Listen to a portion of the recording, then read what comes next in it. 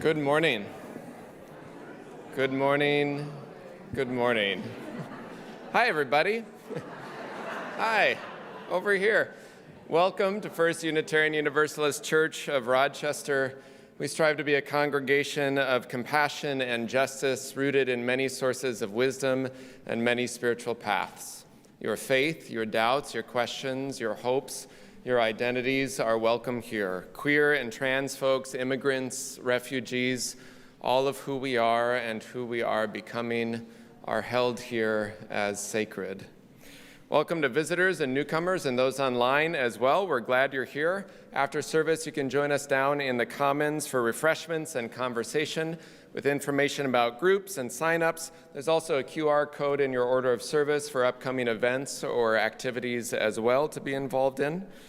There's a preschool playroom open just past the lobby for young ones. Following the time, or throughout the morning, the preschool playroom is open. And then after the time for all ages, there's activities for kids, and all are welcome. Newcomers always welcome. Each month, our offering goes out our doors to support justice work in the wider community. And August, our justice partner is Saturday Noon Meals. And did I see Kathy Lombardo? Oh, you're right here in front. My friend, come on up, Kathy. We serve on the Jeremiah board as well, but grateful for you being here for Saturday Noon Meals today. Welcome. Thank you. I'm Kathy Lombardo from Christ Our Methodist Church. My husband and I have led the Saturday Noon Meal program for about the last 6 or 7 years. And I am here today just to express our gratitude from our church and for our program for your support. The program began in 1994, so 31 years ago, when a woman from our church recognized the need of people within our community having food insecurity. So that was many, many years ago. And we have served a meal every Saturday since then, and it is a homemade, warm meal, nutritious. Utilize a lot of relationships within the community now in regards to food donations and food for our program. So we serve now probably averaging 75 guests each Saturday in our kitchen area and dining room area. Many of these people are homeless or have really significant food or financial insecurity. During the pandemic, Phil and I were leading the program during that time and continued to serve the meal first at the we went to the Landing, we were at the Civic Center, and then brought it back several years ago. And I think, as we all can appreciate, food insecurity, homelessness, financial insecurity has just become a growing concern, not just within Rochester, but within our nation and around the world. We try to help people every single week, provide a dry place to come with air conditioning or heating in the wintertime. People now are coming early in the morning as our homeless population grows within the community, and we are just really grateful that we can serve this community each and every week. It's an all volunteer-led organization or mission out of our church. We rely on donations like yourself, so thank you. And I'll be downstairs after the service, but I think one thing you can know within our community, and really since the pandemic, that the nonprofits within this community share food resources, financial resources like you cannot imagine. Food is moving around this community that otherwise would have been wasted or thrown away, and it finds a place to be utilized in just a really, really meaningful way. We share among the nonprofits, and even yesterday, I can give an example. I made the pulled pork on Friday, but we utilized resources from grocery stores, from other nonprofits. It's not unusual. I get a call several days a week that maybe a nonprofit can't use something, and we can use that in our meal. So I want to express the gratitude of your support. This is a very important mission, small piece, but on Saturdays, we provide a home for people that can come and share a meal and have just I think, a respectful and quiet place to be. We always are looking for volunteers too, so I'll share with you any opportunities if you'd like to do that. So thank you for your support.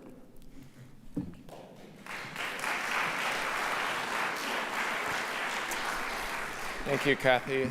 Christ United Methodist Church is one of our glad kindred spirit congregations in town doing beautiful justice work in the community, and we're grateful to support Saturday noon meals. So our entire collection today, and for most of the Sundays during August, will go to that work, so you can give us a plates pass or anytime online. And save the date for Sunday, September 7th. We'll begin our fall church calendar with our annual water communion ritual. It'll be one large service at 10 a.m. that day, a revival-style service at the Olmsted History Center, outdoors. Rain or shine, there is a shelter there if it's poor weather, so we'll gather there on Sunday, September 7th at 10. You can bring water from your home, your garden hose, or summer travels, or anywhere, and backpacks for the school year or the work year for a backpack blessing. So all are welcome on Sunday, September 7th, 10 a.m. So I invite you to take a breath as we gather for worship this morning with these words from our minister in the 1870s, the Reverend Eliza Tupper Wilkes. May our faith in humanity and our message of hope and good cheer light our way. It's good to be together.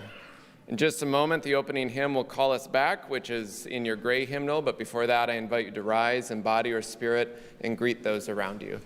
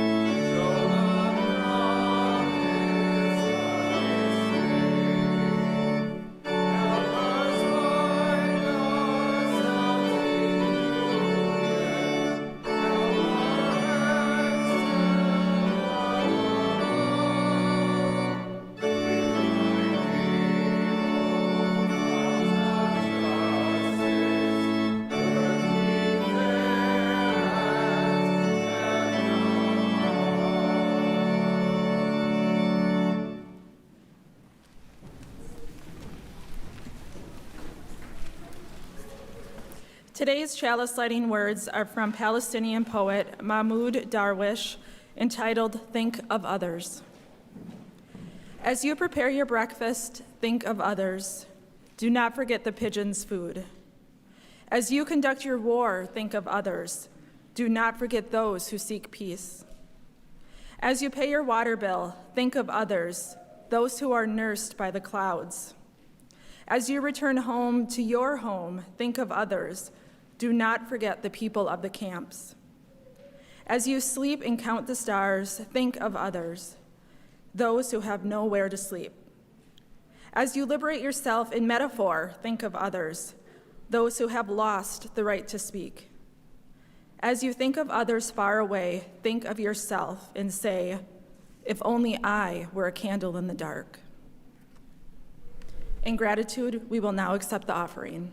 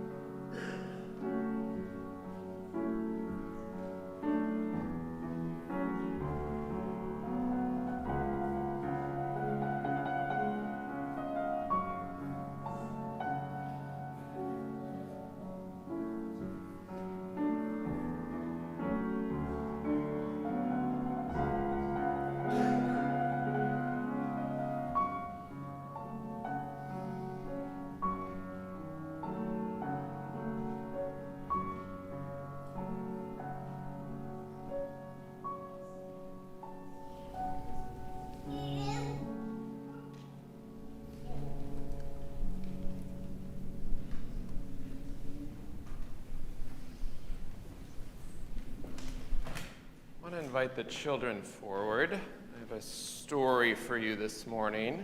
You can come up and gather up here. Come on up. Good morning. Good morning. Good morning. Good morning. Good to see you all on this air-clearing, hopeful day. We hope today.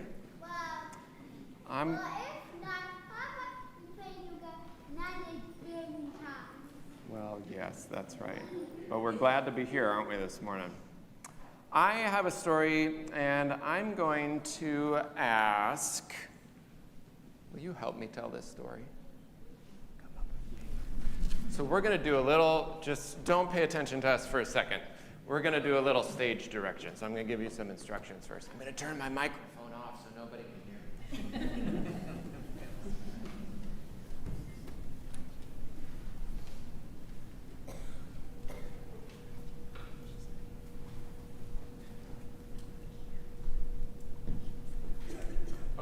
Juliet and I, hey Juliet, let's start on this side. We're going to travel. And we might travel in some different ways, but we want to go from autumn all the way to spring. Like many people, we want to bypass winter. So we're going to go from autumn, so can you touch this corner? And then you're going to go all the way to the spring banner and touch that banner, okay? Should we travel? All right, ready? Go. Pay no attention to where I'm going. Because sometimes we go in different directions and we find different ways to get to the same spot. And sometimes we have to test the technology to make sure it worked. And then we come around. Oh, hi. I got here too. Did we go the same way? No. Did we get to the same spot? Yes. And you know what I had in here? You can come with me, Julia. You went probably the quickest, fastest way, but I found a way that had what? Donuts. You can have one. So, you can eat it if you want, if it's okay. Can she have a donut? Oh, okay, we're good. So, I went the donut way. Well, now this is going to be difficult to talk. Another way I could have gone is from there, in through all the different chairs, and then over there, and then I would have been able to interact with all these people. I got to chew a little more. That was delicious. And another way that I could have gone, if you imagine on the wall, like if you just traced the lines in the brick and followed all the way around, and then you could get over there. Is there one line across the brick to get from that tapestry to that tapestry? No. Sometimes the quickest, simplest way is good. It's efficient, it's fast. Sometimes going a little different way, you get some sweet treats, you get donuts. Sometimes you interact with other people in stories. And sometimes you can see, even on the wall, about 10,000 different paths you could take. Well, guess what? Hi, Stu. Yes. Did you know you're about to going to in a time machine? It's time for the heart. That's the only thing that time for the heart to go in the world. But what's the basis to go from season to season? Oh. You could take a time machine between seasons. That's right. Yes. So, that's true. And multiple paths. I like your thinking, Charlie. And sometimes the quickest one is the one we think of first, isn't it? And we just go. But then we don't get to experience the other things around. So just remember, there are many different paths. And each one will come with beautiful things, sometimes delicious things, sometimes fun things, and always good stories. And the quickest is not always the best. So that's what we're going to talk about a little more later with these people. But you get to go do some activities with Chantel. We'll sing the children's benediction, which is in the back inside cover of your hymnal, and you can stay seated as we sing.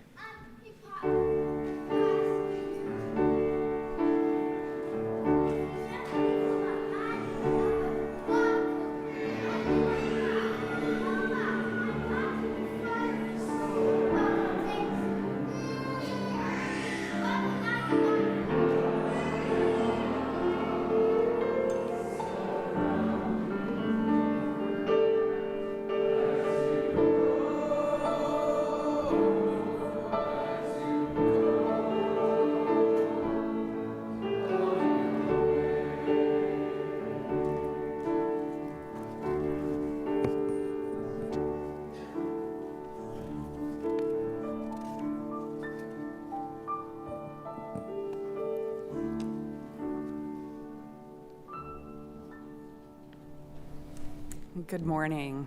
It is good to be with you. I invite you to settle in here as we create a place of communal caring and connection. Here, we honor all who support us in this caring, loving, and all-inclusive ministry.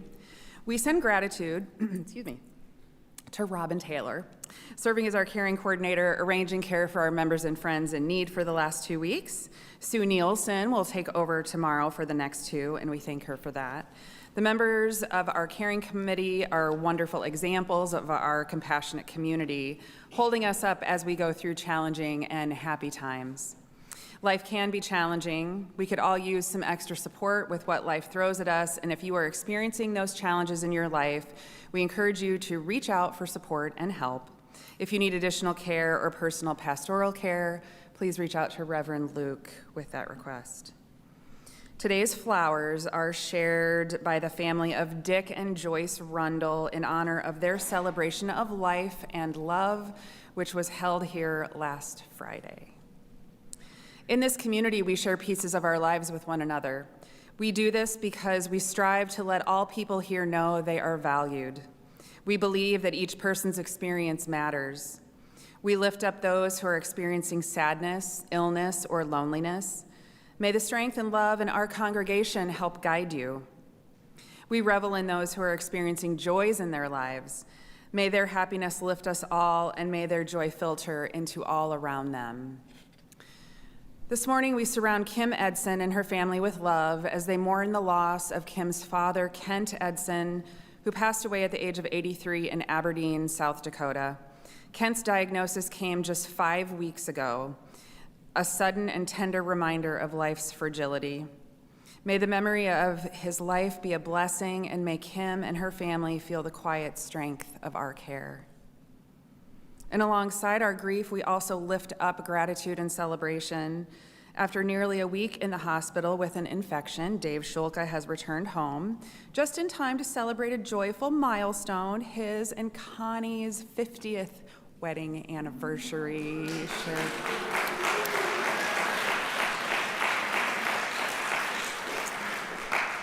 They shared that together yesterday, and we send continued healing thoughts and congratulations. We also hold in our hearts Reverend Luke and members of our community who will soon embark on a pilgrimage to our Holy Land, Boston and New England, where the roots of our Unitarian and Universalist faith run deep. May their journey be filled with reflection, connection, and reverence as they walk in the footsteps of those who helped shape our living tradition. We send them with our blessings and welcome the inspiration they will bring home.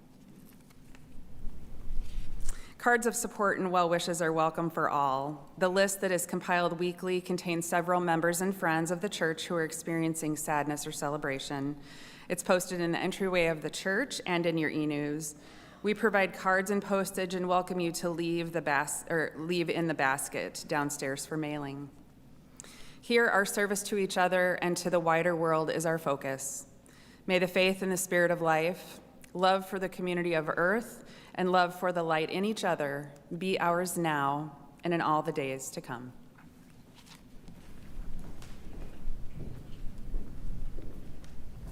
I invite you to take a deep breath. Breathe deep the breath of life. Feel below you the earth and its ancient turning. Above you the sky, and beyond that the stars shining with their ancient light, holding you in this moment, this breath. You yourself made of earth and stars. Know that in this house you're named and known as beloved. I invite you into this time of meditation, this time of prayer, first by sharing silence together.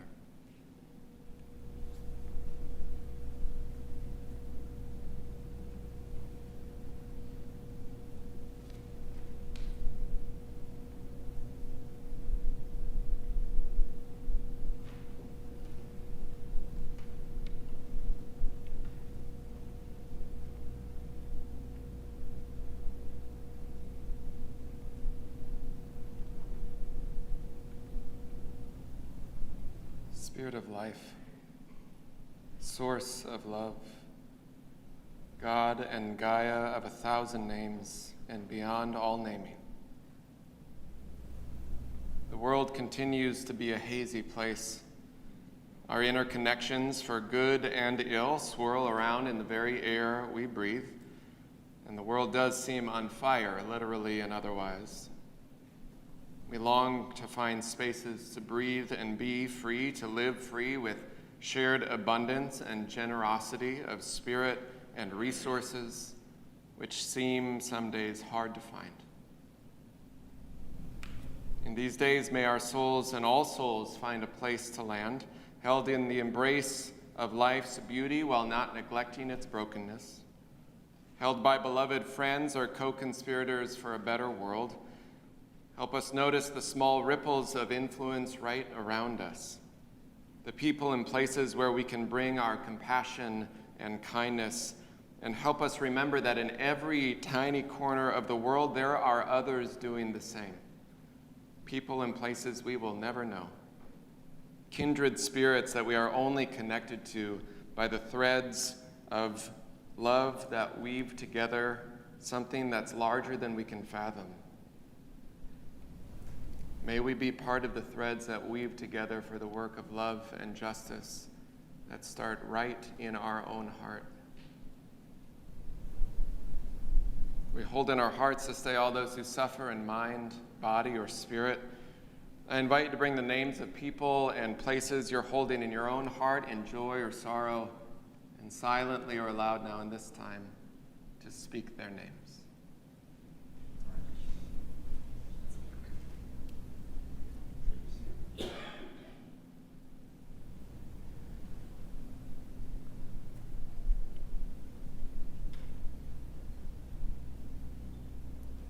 For all the names spoken and unspoken, may we be held in love. These words of meditation are from Naomi Shihab Nye, American poet with Palestinian roots, as we hold the people of Gaza in continual concern and care. This poem is entitled Shoulders. A man crosses the street in the rain, stepping gently, looking 2 times north and south, because his son is asleep on his shoulder. No car must splash him, no car drive too near to his shadow. This man carries the world's most sensitive cargo, but he's not marked. Nowhere does his jacket say fragile or handle with care. His ears fill up with the breathing, and hears the hums of the boy's dream inside him. We're not going to be able to live in this world if we're not willing to do what he's doing with each other.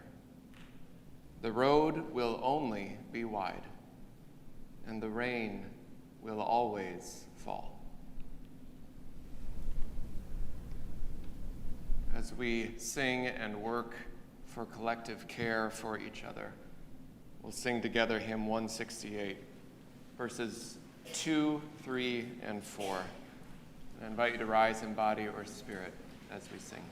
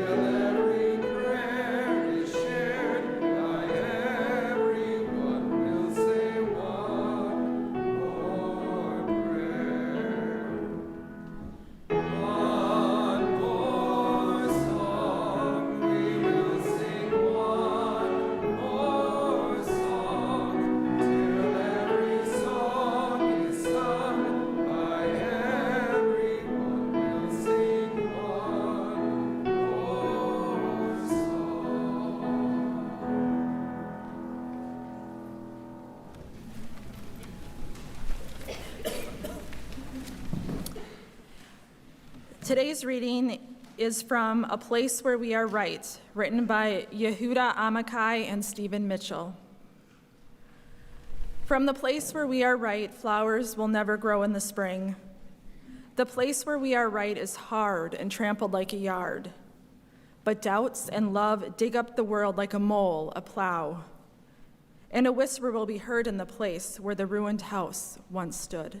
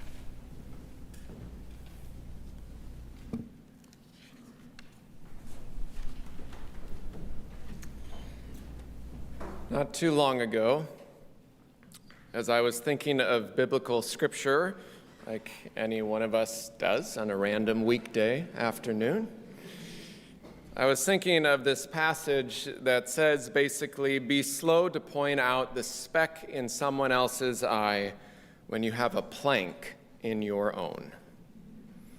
It was Jesus' way of saying, don't be a hypocrite. Another way some folks say this in modern words are when you point your finger at someone else, you're pointing 3 back at yourself. Maybe you've heard that phrase. So upon reflection and discussion with my family, we've decided that we're just going to point at other people with a full hand, like this. No chance of fault or pointing back, like we're completely correct. Clearly not. I love the deeper meaning, though. The reminder to be slow to judgment, or at least to be mindful of the time that things are not so clear-cut, either or absolute. From the place we are right, writes the poet, flowers will never grow in the spring, but doubts and loves dig up the world like a plow. Years ago, a professor of Hebrew scriptures, who is a deep and committed activist for peace and justice work in Palestine, spoke of the complexities of histories and stories and identities, of overlapping oppressions and tensions that have held for generations in Israel, Palestine, Gaza. She said, after returning from another trip working for justice and humanitarian organizations in Gaza, she said, some of my colleagues say, whose work is professing and writing, that you visit the Holy Lands once and then you feel like you can write a book about it. And then you visit again and the truths are more muddled, and maybe you feel you have enough analysis to write maybe just an article about it now. And then you visit again and again and more. You are no longer sure what more could be written, what is left to be said. You become unsure of what to say. She said this as part of the struggle of these conflicts, similar to other areas of the world that become so hard to find any clear answers. And it is not that hope is seated in those moments, a throwing up of hands, or that all sides are somehow equal. It is clear and true that Israeli and other government entities have the fulcrum of power, access, control, and resources that right now is choking the life out of Gaza and Palestine. And it's also true, there are muddled stories, real fears of anti-Semitism, histories of genocide in the region that are tense and complex. It takes courage and work to hold a multiplicity, the dusty possibility of hard ground that breaks apart. It doesn't make for clean and easy answers or action, but it does begin a process that breaks up rigidity. And it is only in that practice that life can flourish. Rabbi John Roos of Washington, D.C. recently said, "One of the critical parts of Judaism is that we really value that ability to hold nuance and two truths, even if they're both incredibly challenging and self-critical." To decry the lack of resources, food, and medicine not making it to Gaza at the hands of government officials does not equate with anti-Semitism. We know these are overlapping, intertwining, complex things, but a not so complex thing is people need food to survive, and they're not being allowed access to it. This stole that I'm wearing today is woven with hope and resilience. It comes from the Surf Women's Cooperative, embroidery that holds distinct traditions of the place they live and work in the hills between Bethlehem and Hebron in the West Bank. It's located along the Green Line, the 1949 armistice line separating the West Bank and Israel.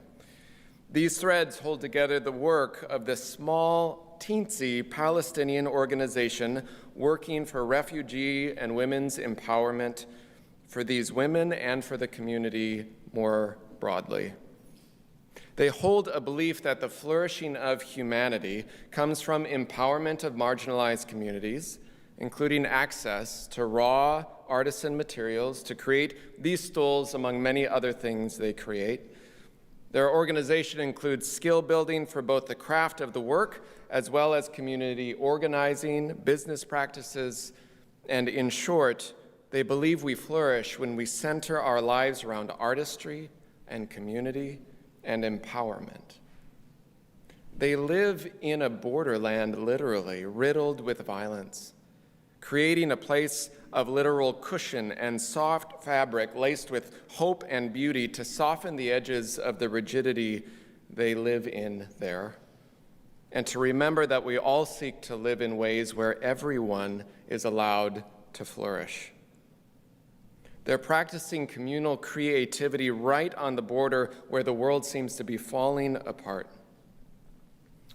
Rebecca Solnit, writer and activist, writes, "Categories are leaky, and we'll do well to remember that." She says the fact is that Jewish is not a political category. There are pro-Palestinian Jews, there are ultra-Zionist Jews, and everything in between. The desire to have these simplistic versions of reality, she says, these certainties about the future, don't serve us in any way except bolstering our own ability to make bold statements which are often overrated or understood in wrong ways. Solnit writes about the importance of uncertainty, not a lack of courage or moral clarity about suffering and oppression, but of holding against absolutism, which is in fact core to our religious tradition. Liberal religion does not mean partisan political liberalism, though there might be values that overlap, but it means liberal in terms of openness to change, to nuance, to multiple truths. Liberal as in its original meanings of engaging the world with generosity, or meaning unrestrained. It is why we sometimes call it a free faith. Wallace Robbins said it this way: ours is a non-creedal church, not because we don't have beliefs, but because we shall not be restrained in our beliefs. We dare not fence in the Spirit. To be religiously liberal is to be open to the unfolding and the complex truths of the world, of wisdom, of justice. Or a favorite phrase of mine that we hear often and use often tongue-in-cheek around the church, most of the time to leave room for last-minute changes or chaos. Our religious work is to leave room for the Spirit. Be that for you God, Gaia, nature, mystery, love, the sacred dust of which you are made, but we leave room, one, to be able to change things, but also to not be rigid or absolute, to leave room for the Spirit, to leave room for inspiration, to leave room for learning. And this can be hard when stakes are high, when literal lives hang in the balance of how we hold stories, tell stories, practice community. Solnit speaks of these complexities too, about not losing hope, which is a way to direct our care toward a future that is not guaranteed. Not a straight line, a single path, but something woven in ways we can sometimes not even fathom. One of the phrases she lifts up from a constitutional rights expert that I love is success without victory, or the idea in this context that lawsuits that lost in court but nevertheless advanced issues later in other campaigns. In her recent book, No Straight Road Takes You There, Solnit writes in this way. She says, "I've become a lover of slowness and patience, in valuing small events, coincidences, meetings, epiphanies that often lead to larger impact." She says the term inevitable is familiarity, but maybe evitable is the opposite. Unpredictability as the other face of possibility, because mostly we don't know everything. She says hope, in this sense, is just the recognition that in uncertainty there may be space in which we can move toward the best of what might be. She says the future is not a place that already exists, but a place that we are creating or not with how we act now. This is a type of not only thinking, but living and believing that the uncertain future leaves open what might be possible, even in the midst of dire circumstances. In a time when outrage to the extreme, which one of my colleagues calls the outrage industrial complex of social media, it often leads us to relationships of distrust, of hatred, of quick judgment. Instead, perhaps, liberal religion is asking something different from us. Moral clarity, yes, but always rooted in a deep and wide perspective of believing in what is still possible for collective flourishing and well-being. Solnit writes, "I find beauty in complexity, in drawn-out paths of influence, the powers of stubborn patience, and how change often begins on the peripheries, with movements and thinkers that are often dismissed as insignificant, slowly move toward the center of the movement, or at least influence the thought. Sometimes a book or an act or an idea is a gift that the giver would never have imagined making it to be influential." She writes about how the oversimplification of the world, of our histories, of our stories, the danger of a single story, leads to a quick and often false conclusion. This can lead to fatalism and despair.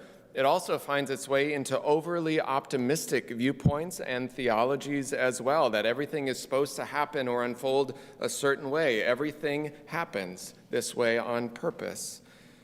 But in that sense, it renders us powerless, the future predetermined. And one need not seek far-off places to find that falling flat on experiences of tragedy, suffering, and oppression as if they're meant to happen.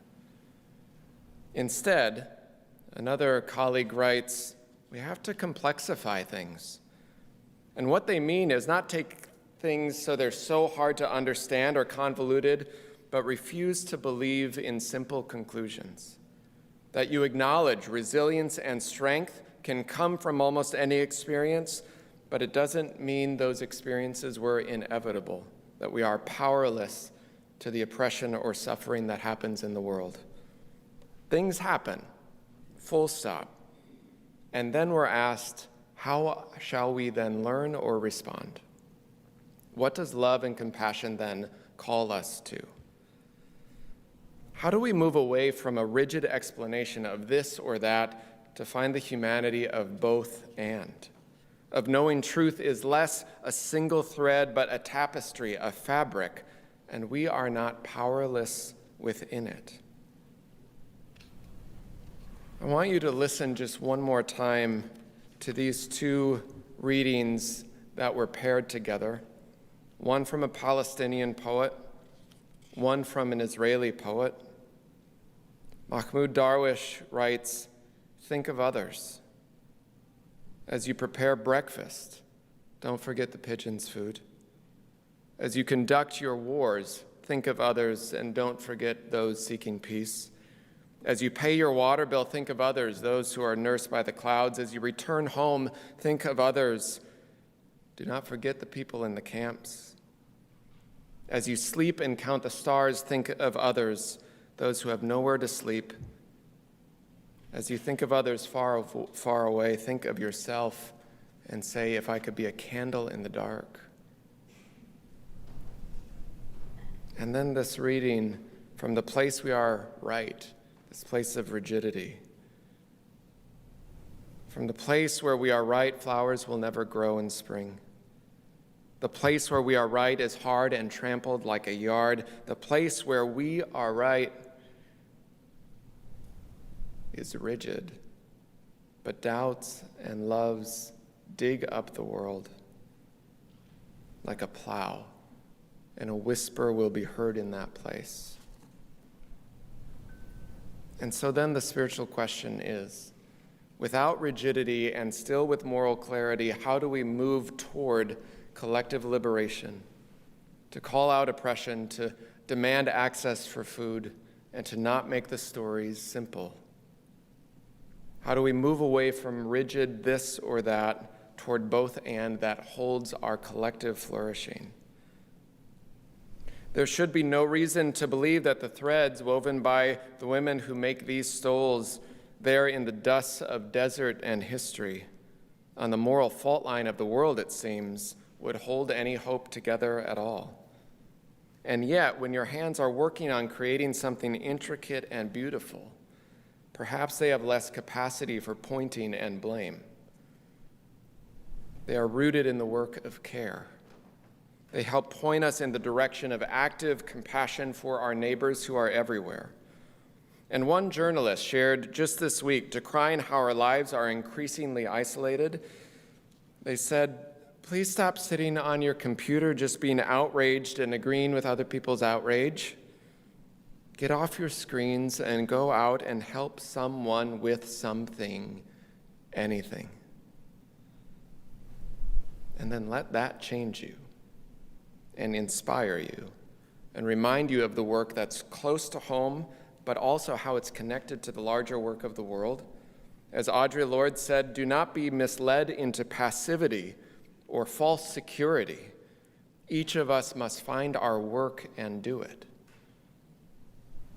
The fabric of our future is uncertain, and we all have a hold of the thread that is connected together.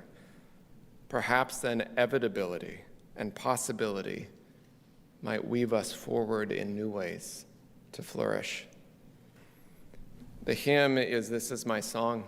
I invite you to rise in body or spirit as we sing.